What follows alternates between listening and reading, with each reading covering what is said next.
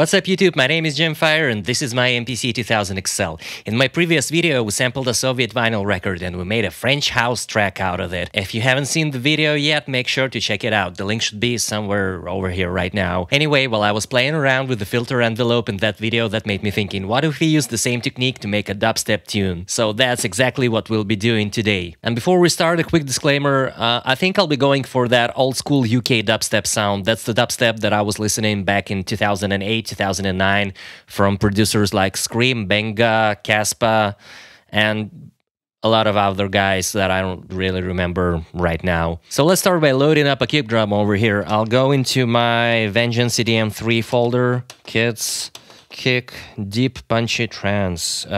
Which should I choose? Let's go for deep.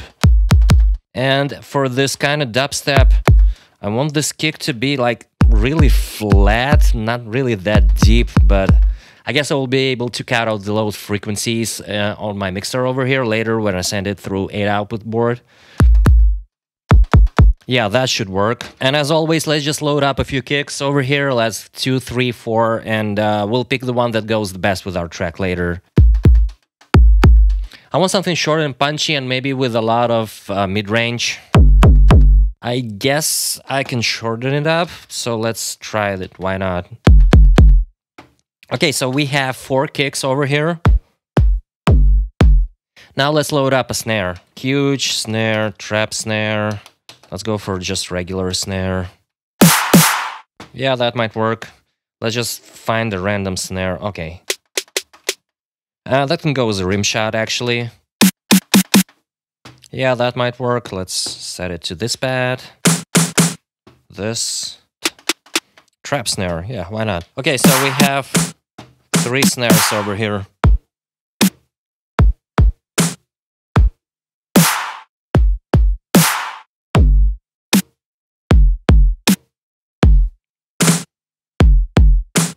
Okay, let's you know what? Let's set our project to 140 BPM. Let's call the first track snare. I think I'll be using this one. Let's just record it.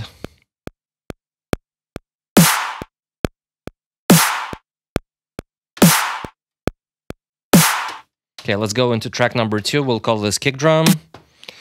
I'll just call it kick.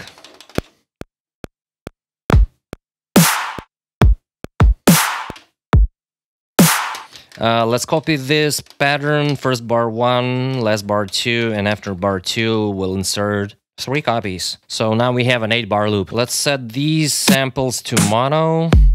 You know what, let's shorten it up like that, yeah. And maybe we'll pitch it up a little bit.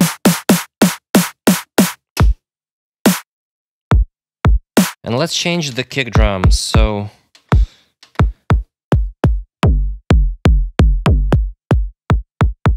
This one was alright. Alright, so now let's load up some hi-hats. Cymbals, closed hi-hats, open hi-hats. Right. Let's use a shaker. Yeah, this will work. This might work as well. Let's just load up a 3 or 4.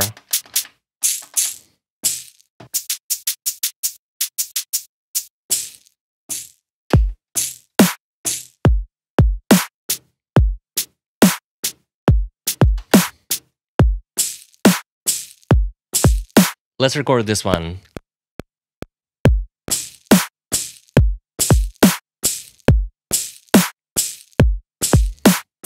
Now let's tighten it up a little bit. We'll just take off a little bit of decay. Start. Yeah, something like this. Set it to mono. Maybe we will tune it up a little bit. Like, okay, let's call this open hat. Oops, O-H-A-T. Let's go to track number 4 and let's play around with the remaining shaker sounds.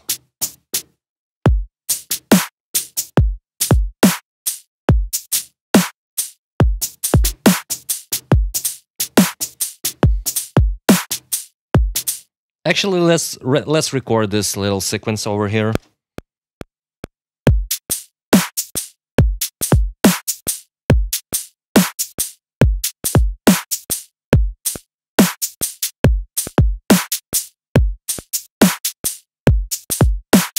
Actually, let's set this to 4 bars instead of 8.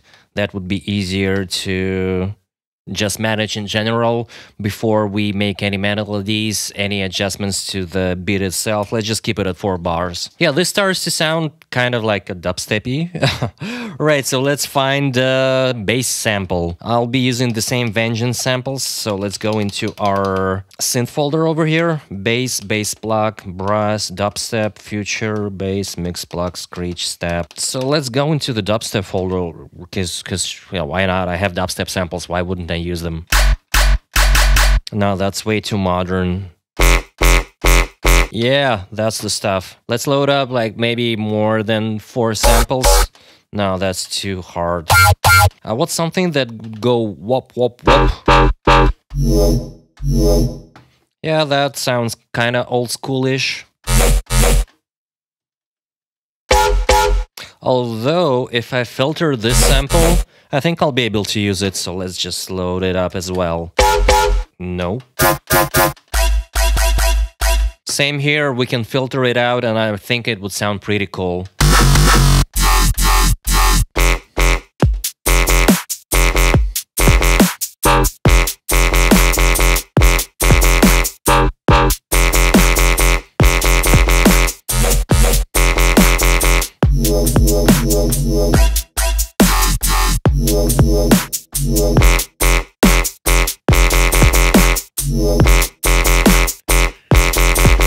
Yeah, so that started to sound pretty cool pretty soon. Let's edit our samples a little bit. So let's go into this one. Let's set it to mono. Let's close the filter down. Let's play around with the filter envelope. Let's add some attack. Let's set amount all the way to 100. Now it has some extra additional wops on top of it. So we have a wop on top of our wop.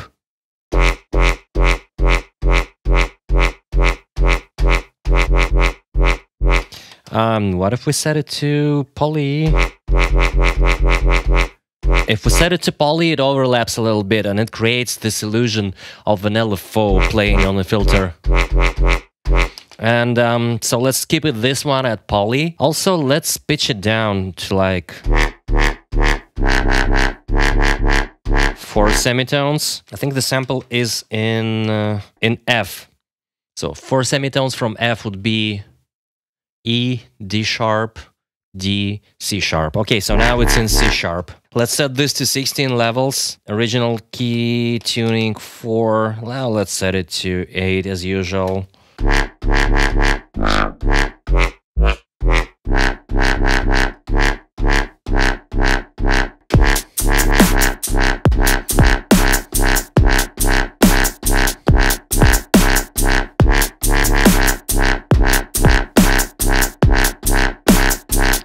Ooh.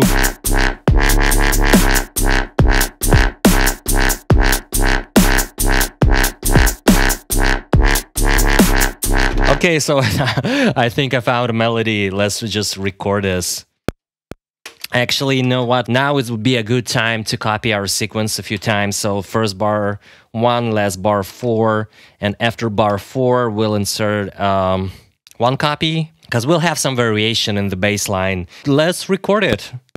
Let's go.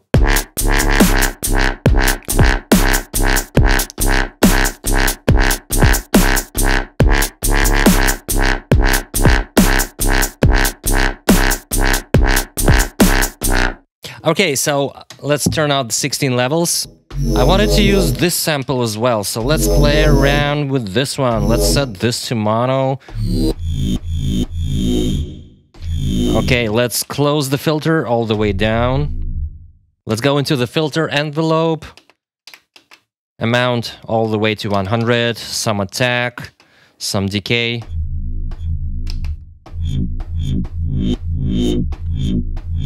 Okay, so now let's go into our amp envelope.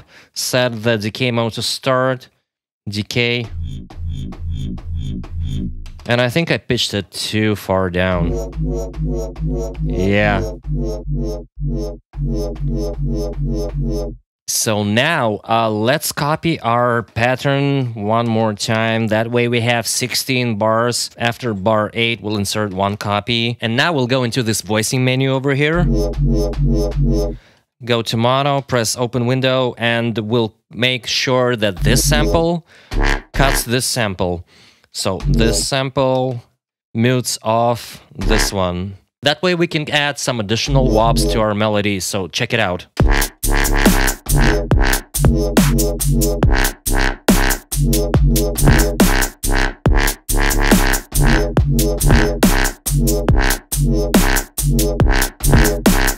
I won't be using it too much in the sequence. It will be just like some sort of an accent to the melody.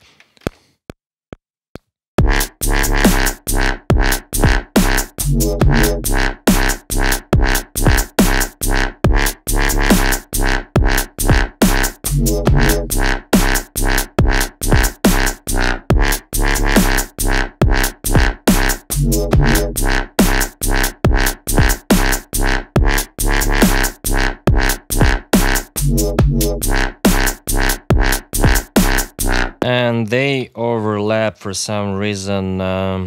Let's delete some of the steps manually. Let's go into our WAP track. Where is it? Okay, you know what? Let's just rename all of these. This is our hats. This is gonna be our WAP number 1. And this is gonna be our WAP number 2. So let's go into our step mode. You see these buttons over here? Most of the people don't know how to use them, but they come pretty handy when you edit in your step sequences. So let me show you how that works. We'll go into our step mode and you press locate. Actually, if you do not press locate and just press these buttons, it will change the step. And if you press these buttons, it will change between the bars. So 3, 4, 5, 6. But if you press this locate and go to button, and press here, you see here it says start, it will go to the start of the sequence, and if you press end, it will go to the end of the sequence.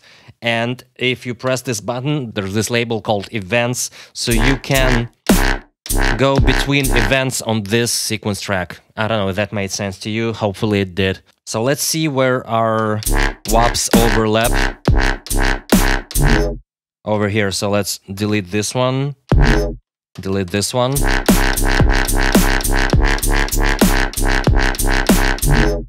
Delete this one. So we'll do that all the way to the end of the sequence. And now let's take a listen.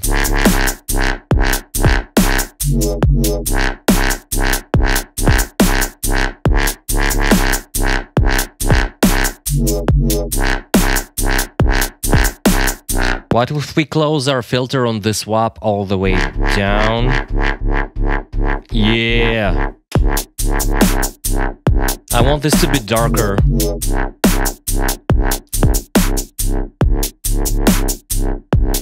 Ooh. And I can play around with the amount.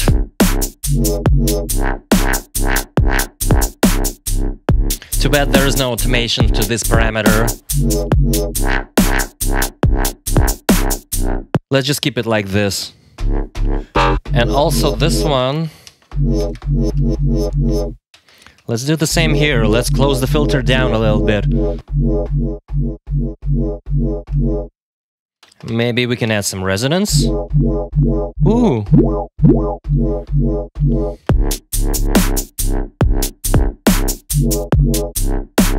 And now it's too loud. And actually now would be a pretty good time to send these samples through my 8-output boards over here to my mixer over here. So let's select our kick sample. Actually, no, let's start with our basses. Let's turn the volume all the way down over here and set it to output 1, 2. Same here with this one, output 1 and 2. Now let's just turn up the volume on my mixer. This one goes left, this one goes right. Yeah, this one is still too loud. And I will just go into trim mode, parameters, and let's just set the level to probably 120, 130.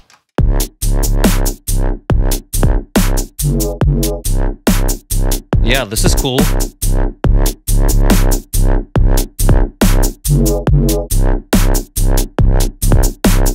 I don't know if you can hear it or not, but it's clipping. So let's turn it down here.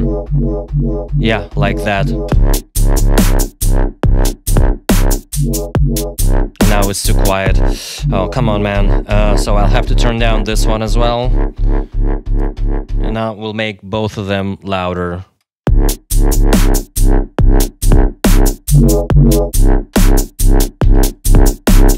Okay, cool.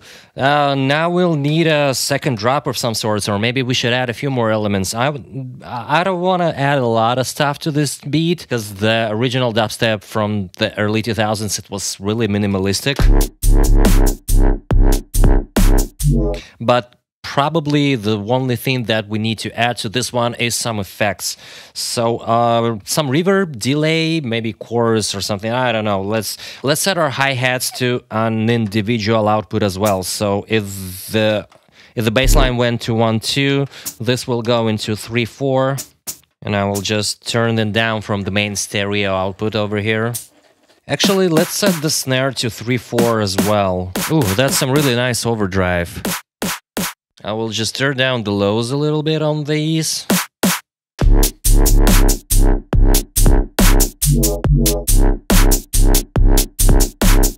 Okay, so now let's get my iPad. Hello iPad, haven't used you in a while. And let's set it as an external effects unit. I did this in all of my previous videos, so let me just set it up real quick. Also, while I'm setting up this iPad as an effects unit, it will be a pretty good time to hit that like and subscribe button. Alright, so let me tell you a little bit on how I use my iPad as an FX unit, because I've seen some people asking about this. I have this iRig over here. I'm not even sure if this is a legit iRig or a Chinese knockoff. I bought it from a local classifieds ad from a dude about 5 years ago for like 10 bucks or something. But it does the job, it works, you know. So you plug your AUX output into the guitar input over here, and then you plug your stereo TRS output to this headphone output over here, and it goes into your AUX returns from the mixer. So that way, basically, you have a send channel, and you can plug all the different effects that you have on your iPad. I have this AUAmp app that is like plugin host, a recorder of some sorts. Yeah, it's a really cool app. So I have a few plugins over here, audio unit extensions. Let's see which one of them shall we use today. Cascade. Yeah, if you remember last time I was talking about this plugin. It's a really cool plugin and I really like it. So let's just run through the presets real quick. And you can hear the reverb.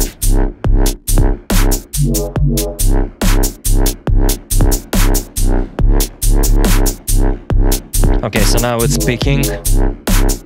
You always have to check the levels over here. What would happen if we add this effect to our heads and snares? Ooh.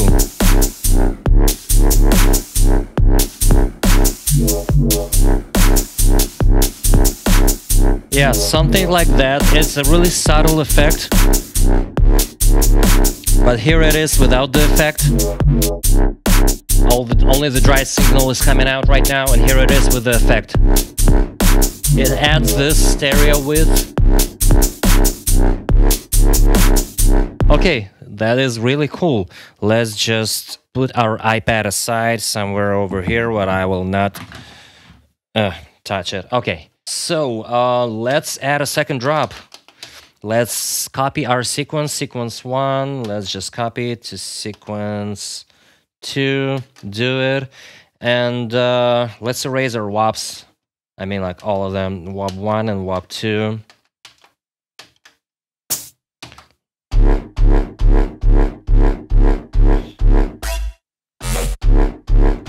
Let's set this to 16 levels. Let's just record something like this.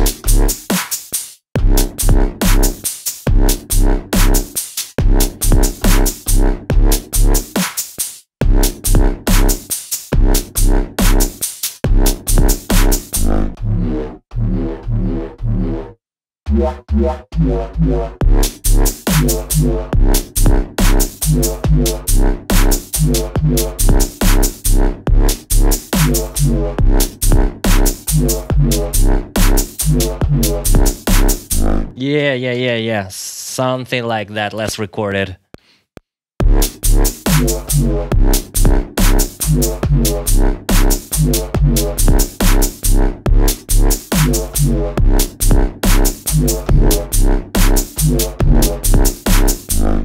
Now let's add some variation to our heads. So track number 4, heads. Oops. Let's go back to A. 16 levels. Let's turn this to 16 levels, but let's set the parameter to velocity. Let's overdub it.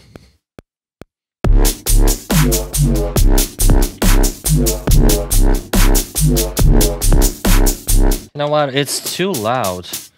Let's set this to mono first of all, and now let's go into our mixer. Individual outputs, let's turn it down a little bit. Yeah. And also, this sample, actually, yeah, it is in mono. That's weird, because sometimes it sounds like it's in poly mode.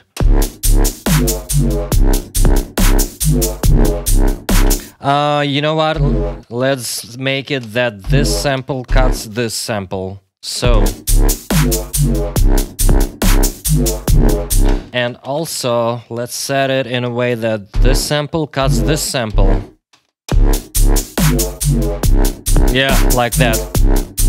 That way they won't overlap.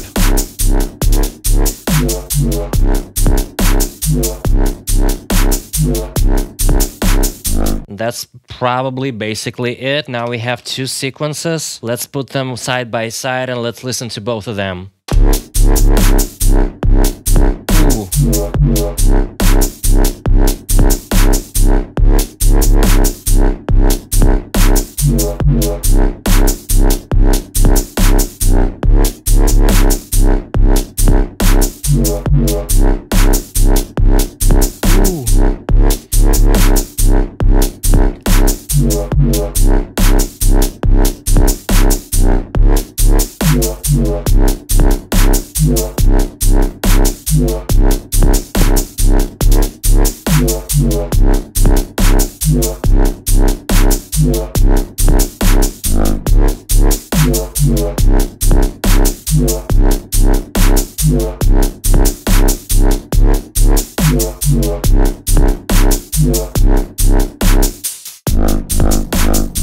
So that's it, guys. We did it. We made dubstep on an MPC2000XL. Who would have thought it, yeah? So thank you everybody for watching. Make sure to hit that like and subscribe button, and I will see you guys in the next video. Cheers.